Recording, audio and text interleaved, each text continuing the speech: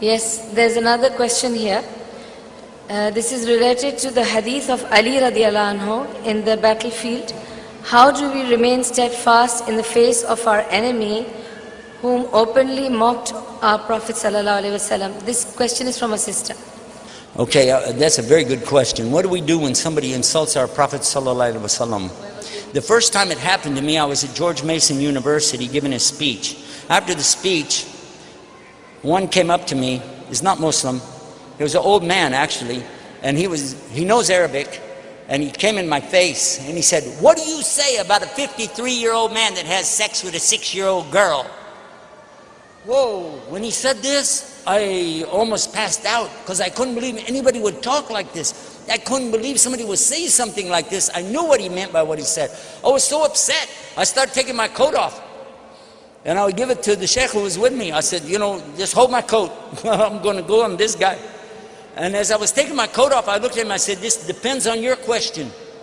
If it's a rhetorical question, or if you're insulting my prophet, in which case I'm going to take you out back and beat your head off your shoulders. He said, no, it's rhetorical. I said, in this case, it doesn't need an answer. Obviously, what he said, no Muslim would support this idea. Because our Prophet ﷺ never would do something like this. Our Prophet did not do what this man said. But the way he said it, people would think, this is Muhammad. Our Prophet ﷺ was the example for us. And he was the mercy to mankind. I had to go to the scholars and ask them, how do I answer the question? They said, first of all, you don't get angry. This is in the hadith of Rasul ﷺ. La tagdab. Somebody said, give me nasiha, la tagdab. And then, la tagdab, la tagdab. Don't get angry.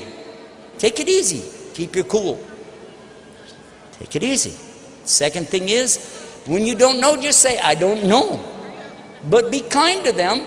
Maybe they will listen to the answer. So the next time, I saw the same guy again. I'm ready. This time, he started with another question. It's nothing but an insult, the way he said it. But this time I said, thank you for asking me about my religion. He went, huh? He didn't expect that. He thinks I'm going to get angry. Not now. I know we shouldn't do that. Thank you for asking me about my religion. And then, say this. As a Muslim, I cannot lie. As a Muslim, I cannot lie. If I lie, I can go to hell. And if I don't tell the truth, if I make a mistake, you can check it out anyway, because everything in Islam is preserved 100%. Mia. The Qur'an and the Sunnah, we still have it today as we had it centuries ago. So it's there. So it's easy. We can find the answer. But by the way, and here it comes. Are you listening? If while you are listening to my answer, you like the answer so much that you say, that's better than what I have, are you going to be ready to make a move to something better? He said, yeah. And then I began to give the answer. First of all, the hadiths are in Bukhari, and it's two. One, it says Aisha's 6 years old, and her mother, listen to the hadith, her mother comes to her and takes her into the house. She's playing in the dirt. Her mother takes her into the house to her father. So far, did you hear the word sex in there? No. And her father is doing a tradition which is a part of the Arab tradition forever. He's offering his daughter in marriage to his best friend, someone who is a leader, someone who is very important to him, and he's saying, I want you to marry my daughter. But then what? She's back outside playing in the dirt. Yes or no? Yeah. Where did you hear sex in there? I think you've been standing in the checkout line of the grocery store too long looking at the tabloids with that word sex on it. Oh, that's all you're thinking about. This is not our Prophet ﷺ. The other hadith, she's older. The mother's taken to the father's offering her in marriage. And look what it said in the Qur'an in chapter 4, verse 19. Very clear, it tells, O you who believe, you cannot inherit women against their will. In order for a woman to get married, she has to be old enough to know what's going on and understand it, and old enough to have children. Yeah, otherwise she can't get married. It's not a legal marriage in Islam. Yes or no? So what do you think? It gives us the example that even though she was betrothed at an early age, they didn't get married until she was old enough. The man standing there going, I didn't know that. I didn't know that. I didn't know that. It happened again when I was in Chennai. The same subject come up, and I told another one the same way. He said, really? I said, yes, but I'm going to ask you a question. Everything we know about their marriage is coming to us from her.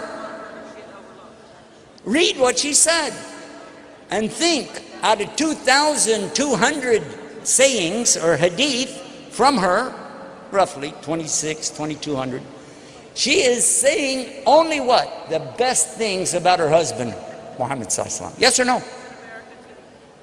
And all that she said again and again, she's praising him, loving him, caring about him. She talks about when she was young, she used to race with him and she used to beat him. She said, I got older, I got heavy, and then he used to beat me in the races.